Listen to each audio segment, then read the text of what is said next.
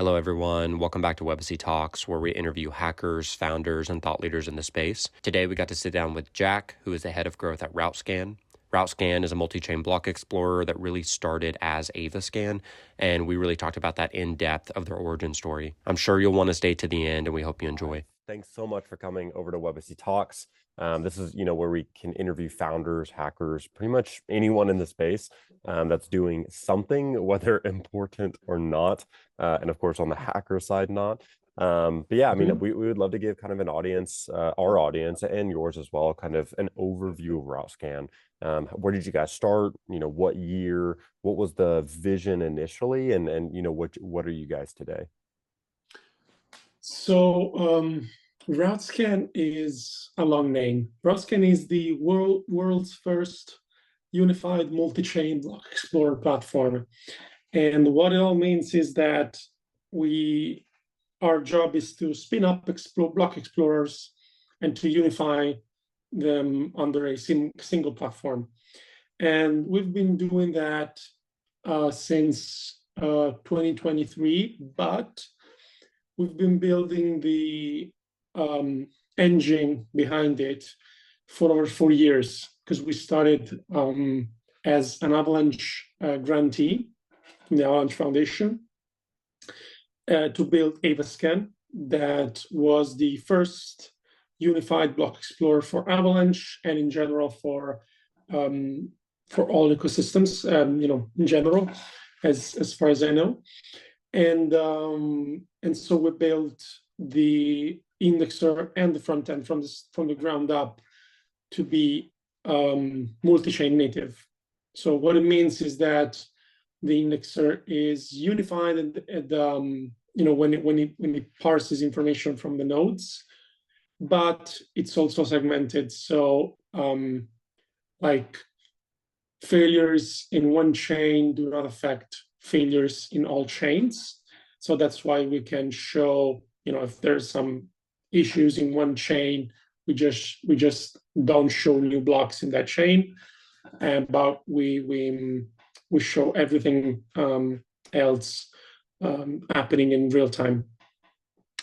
We've been building the engine, as I told you, for about 3-4 years, and we've been iterating on it so much because we first thought about it when Emin Gunsirer, that is the founder of Avalanche and Ava Labs, told us, I want to see everything that is happening on Avalanche in one single place.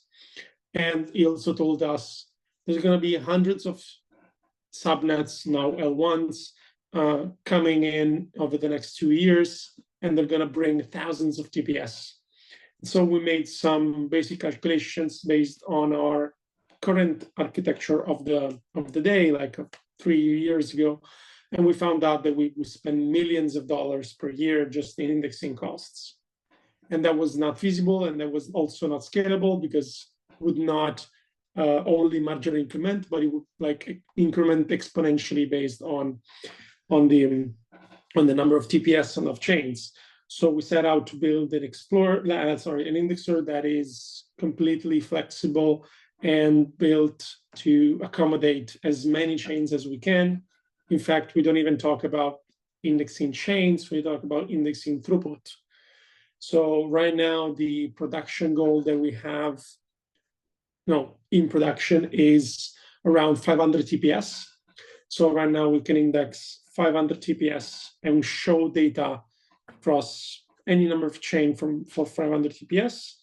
But we also made some load tests with some clients up to 2,000 TPS. That is, I think, about double what Solana does. And we have been also running some tests up to 4,000 TPS a couple of weeks ago when recovering Ethereum, because we are finishing to recover Ethereum mainnet to fully support canonical bridges and so on. And yeah, that's basically what we are, what we do. And we have a product solution that's called Explore as a Service. That's, of course, the standard naming. And we made it so flexible that just as a team can spin up their own chain with $3,000 a month, they can also spin up their Explorer for a tenth of that price, so $300 a month, and can just increase as their throughput goes. So we've been literally like serving clients for all sizes, from the smallest ones to do like 1 million transactions a month, to the biggest ones like Alan C chain, Blast, Beta chain, Tyco, and all the others that we currently index either through grants or through service contracts. Wow, that's fantastic. So you guys are, and just for the non-technical out there, you guys are more EVM based rather than like SVM. Correct. Okay, that's fantastic. Right And now, 4,000. yes. Okay, that's great. And you said 4,000 TPS. Is that with a scaling provider, or can you guys divulge quite yet? No, we've done it ourselves. Wow. And 4,000 TPS is how much we can actually ingest in real time. So of course, Ethereum doesn't do 4,000 TPS, but by indexing 4,000 TPS, we are actually able to index, I think it's like 40 or 400 times faster than the actual indexing of Ethereum. So we can actually, index very fast. And for example, yeah, we can recover the entire Ethereum mainnet in a few weeks instead of months. Yep. And that's of course really useful when we come up with when we get a deal with clients that have a really big history at, I don't know, Polygon, or hopefully BNB or Arbitrum, that have this billions of transactions of history, and we could recover that in a matter of few weeks. Yeah. Oh my gosh. Well, I know from a scaling perspective, I know your engineers are probably tired, but it's definitely worth it in the end to scale to 4,000 TPS. Well, they're excited. They're Yes, yeah. excited because they're pushing on what is possible. And on EVM, it's really harder than normal VM. Not normal VM, because EVM is a normal VM, but on other VMs that maybe have an indexer integrated in the node, so you don't need to parse all the data that is coming from the node, but you just have like already parsed data and like somewhat clean data that you can just put in your database. So when we mean indexing, we mean like to actually put the data in a pipeline and to actually process those. When you talk about Solana, or I think also Move, they have a different logic. Solana, for example, has an indexer in the node. So when you go look at a block explorer, what they're doing is they're just showing what the node is telling. They're not like manipulating the data in major ways. They could be like abstracting manipulating some data, but the majority of it you could simply spin up an explorer just by looking at the node. Yep, that makes perfect sense. And I know you kind of already discussed and kind of hit touch points on this, but Routescan as an ecosystem. So it's not just Routescan, from my knowledge. You also have the Explorer as a service, and then you guys also kind of have an umbrella product that Routescan was kind of birthed from. So if you can just kind of talk about where Routescan kind of fits in today, if it's one single entity, if it's kind of attached to others. I mean, we all know Explorers. I think, of course, the leader is Etherscan. And so if we mention that, people are like, okay, I understand what that is. But I think Routescan is really paving a new path for what Explorers look like, and the way just the UI is positioned. I think you guys have such a unique product. And so I'd love to see kind of how everything fits together kind of as an ecosystem.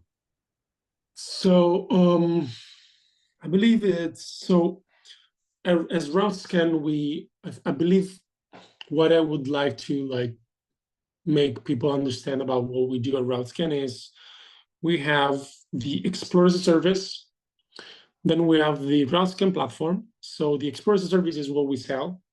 The Routescan platform is what we build for ourselves and through grants. I don't know, for example, OP Foundation gave us 65,000 OP to build an Explorer for the super chain. And then we also, utilize that money to also improve on the Routescan Explorers as well, on the Routescan platform as well. And we also have the APIs. So the API platform is another thing that it's divided into REST APIs that are faster, and Etherscan like endpoints that are like slower but offer more compatibility. And we also have Avascan. So Avascan is how we started, and it is also right now our most complete product from a integration standpoint, because we on Browscan we only index the execution client, so blocks, transactions, and we in some explorers we also like show the list of validators, but we don't have a lot of features on the consensus layer, so on the like validators and settlement layer. So on Avascan instead, we have a more exhaustive list of features for the consensus layer. So when clients come to us and say, I want more than Etherscan offers, we show them what we're doing on Avascan, and we're telling them, what do you want from this? And for example, that's what we did with Omni. One of our clients is Omni Network. They are building a ecosystem of cross-bridging solution for the L2s. And basically, we found a deal with them because we show them what Avascan could do. And we told them, like, this is what you can expect that we will build for your Explorer in terms of features. So you can see here from the consensus and so on. And this is really what mattered to them. And so I think that's our value added in some cases. And also for Flare network. I believe this is what we can uniquely give, more than Etherscan, other than the multi-chain native platform, that it's not an added feature, but more of a marketing tool. Because if you're listed on Routescan, you have more visibility, because we have, you can be seen by our more than 200,000 users.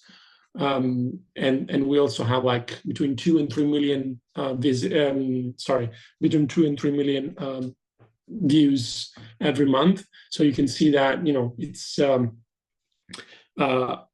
it's somewhat a big platform. Other platforms are bigger, but we're just, we just started. I think last month we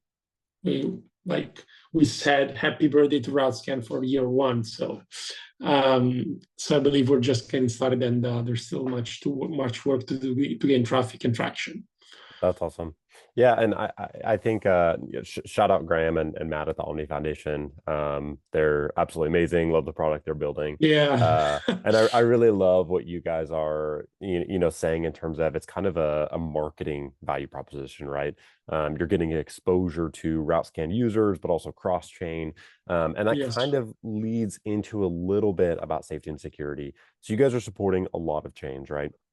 How do you all think internally about safety and security? Like, what are the measures, of course, without divulging too much, but what are the measures that you all take to keep user safety in mind as, they're essentially exploring chains across, Routescan's cross-chain capabilities? I think that's something vitally important, and I'm sure you guys are thinking of that. So there are a lot of ways in which we help user, and in which we of course, we have a lot of safety procedures, and we also, for example, we also manage one of the wardens for the Avalanche Bridge. We've been appointed by the Avalanche Foundation to do this, and for example, and we took a lot of the learnings from being one of the 8 wardens that manages a $400 million bridge, and we applied that to the Explorer development, and so we know a thing or two about like how to make sure that we we don't get hacked. And for example, I myself don't have access to a lot of things, even though I'm a director, and I don't have access to a lot of things that developers have access to. Some developers have access to. So I cannot be. If someone tries to social engineer me, they will likely like only have access to the conversations with our clients, but not the conversations where like the money goes. And so that is something. Of course, we always have two-factor authentication, YubiKeys, and so on. So we have all kinds of security measures of that in place. And we also try to minimize the number of devices that we have our access on. And we also try to like don't access anything. Like when we travel, especially in conferences, we try to have our own eSIM and our own data package, so that we don't we try to avoid being sniffed on Wi-Fi. And so we try to have all these measures that are really like not that big of a deal, but if you have them all and you simply just get taken care of all every day, you're likely not to be scammed. I was about to be scammed once, but I'm too like I'm too skeptic for sometimes to because some social engineering attacks are like, I want to give you $1,000 a day to do this. Just click on this link and let's join on a Zoom call, for example. Yep. But sometimes they're more subtle. So sometimes they're like they want to be investors in the company, or they want to propose you a deal. So sometimes it's just not that straightforward that they want to scam you. And so I have a lot of measures taking place just to like double check everything, triple check everything every time with my address space and so on. So that's what we personally do and try to make all the team do. And so this is for the how we as team members try to make this. And we found out that a lot of teams are negligent in this. Like a lot of teams simply like have a lot of hot wallets and don't really care about going on Wi-Fi in public places and so on. This is just simple measures, and if you do this, you're doing like 98%. And then if of course someone tries to hack you or to social engineer you in a better way, then well, you've tried everything, and you can really do much if they try to target you. That's really bad in this way. But I think one way is that we're not an on-chain company, so we don't have contracts on chain. Yep. We just have some addresses.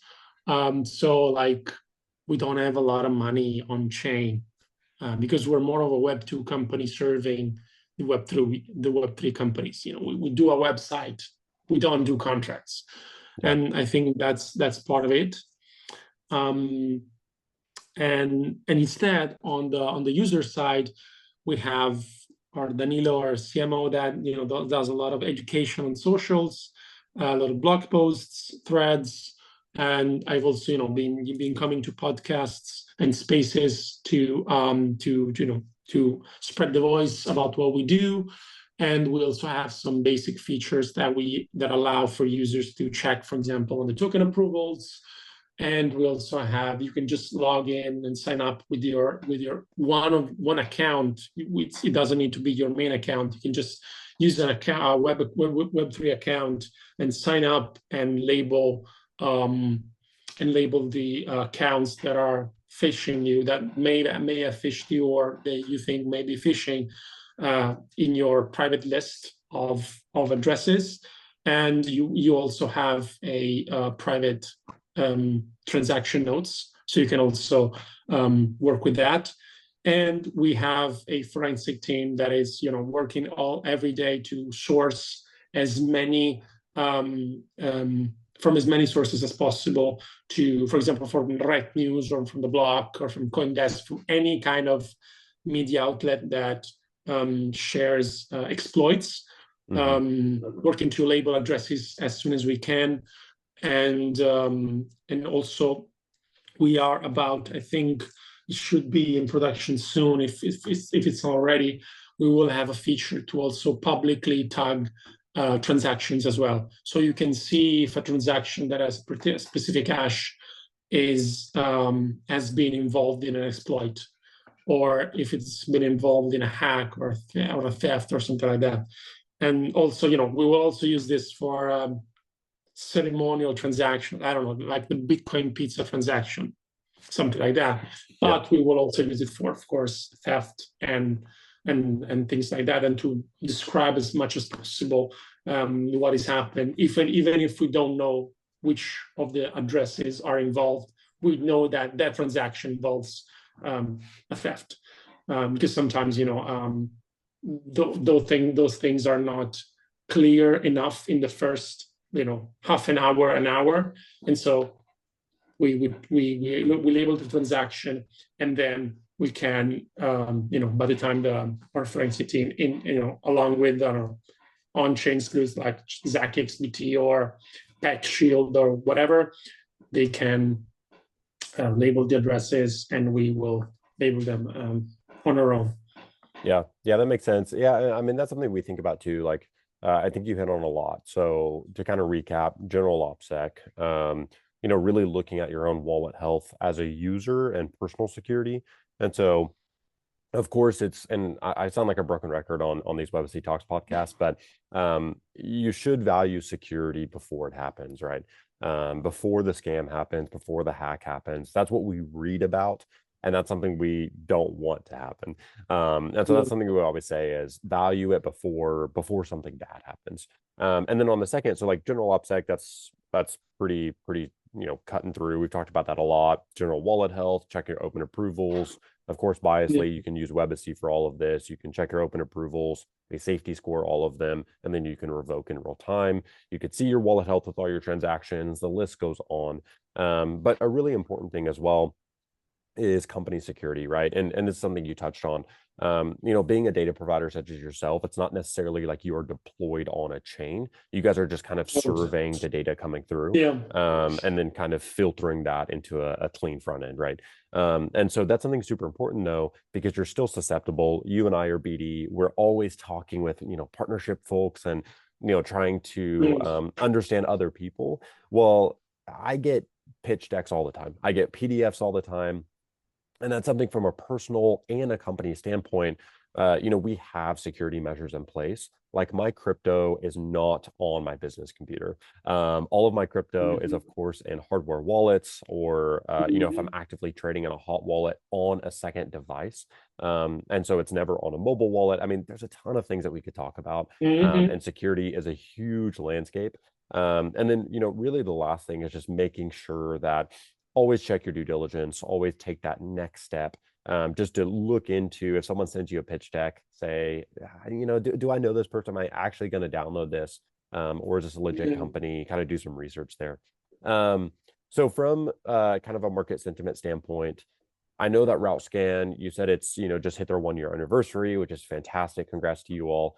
How did you guys really, I mean, you guys built pretty much during a deep bear cycle, and so a lot of people are discussing now we're in the bull. I mean, there's differing opinions on that, but how did you guys build during the bear and then kind of come out of this with Avascan, and now you guys are supporting Omni and other chains as well?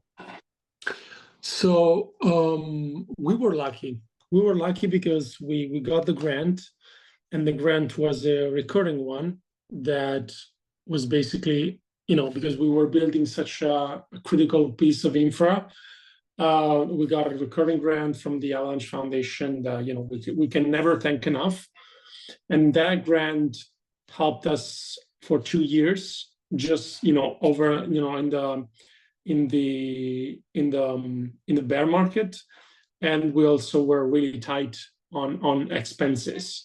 We were we were like 7 until 2022. So, and then in 2020, late 2022, 2023, we grew from 7 to around 20, like 15, 20, depending on the month. And and that was a big growth. Yeah. But also we had like saved up and built a small treasury that we could use, and we could risk a little bit when making the bet of selling, the Routescan Explorer. And we were lucky, and we also, I think we were talented also, because we, as soon as we started working on Routescan, we had a lot of conversations. Even 2-3 months before, we had a lot of conversations about how to build an Explorer that people would want, and how to price it, and so on. So from Routescan, from like selling Avascan, because first we tried to sell Avascan, but the Avascan name was so Avalanche focused, then we had to find a new agnostic name, let's say. Yeah. From selling Avascan to building Routescan, past like some 3 months. Then from building Routescan to like releasing Routescan into the public, past another some like 5 months. And in this time frame, we sold 2 Explorers to Boba and Metis. And from there, we kind of like try to make specific deals, and having like enough money that will make, that will make us to the next week, and then to the next 2 weeks, and then to the next 3 weeks, and so on. Yep. But this was happening all really fast, and all in like from September to December, because then in December it was really like the celebration of maximum, I think, success in growth, because we started, of course, with Boba and Metis, and then we took Flare, Chillits, then we took Blast. We were the first Explorer for Blast, and then in December we were awarded 65,000 OP from the Optimism Foundation to continue working on the Super Scan, and so that kind of like kickstarted everything, and we were really happy. And we also, in December, we weren't making any money apart from the grant, and in December, just 4 months after launching the product, we were already breaking even and making some profit. Wow. Now Routescan is a profitable company, so of course, we have more and more runaway every month, but we're not stopping here, and we want to grow as much. We grow revenue twice, like 2x every year for the past 2 years. We're about to close at 2x respect to the I think about 3x respective to the previous year. So and we're also growing very much. We're now solidly 23, 24 members of the team, and we're also trying to hire as much international as possible. Before we were just more Europeans, and right now we're taking from everywhere, America, India, and anywhere, just to be present in all time zones, because you have to be present 24/7 if you sell a service that's a critical piece of infra. Yeah. Yep. No, that's amazing. Last question I had is kind of what's the future plans? What's in store for Routescan? Kind of what's the next 5-year timeline for you all? So I think next 3-5 years, there are just 2 things that I would like to highlight. The first one is non-EVM. So we do believe there is something beyond EVM that needs to be just surveyed, or touched. Yep. And we're trying to understand what's that. And the second thing is, and I'm like teasing this a few times for the past few weeks, is why, if everybody has a token, a block explorer cannot have one. Yeah, that's good. So I'm like, why can everyone make token and block explorers cannot? Yep. Interesting. And also, why do you need to airdrop farm everything and not a block explorer? So that's, it's just, there are a lot of things you could do on a block explorer that could, it could give you rewards for. Yeah. And instead of on chain, you are limited in the sense that you can transfer, deposit, and so on. But on an explorer, you can do a lot of off-chain things that we can reward you for. So like writing contracts, signing up, and I don't know, saving notes, saving transactions, and helping us with the forensics. So there are a lot of things that could bring upon an economics, on its own. Yeah. Wow, that's fantastic. I won't dive too much because I know that you probably have some stuff that you guys are fine tuning out. Same as us. So we have a pretty interesting thing coming down the pipeline in 2025, kind of a decentralized attestation network. We'll leave it there. Same as you. We'll leave it there. Well, Jack, thanks so much for coming on. This was super awesome. I know that, explorers and Explorer as a service is kind of like one of those infrastructures, infra pieces that we all interact with, but a lot of people don't know kind of what goes into it, the teams behind it. And so I think this was super insightful. We really appreciate you coming on. And of course, we'll probably have another one and keep up to date on Routescan. Thank you. Awesome. Thanks so much, Jack. Thank you. Bye-bye.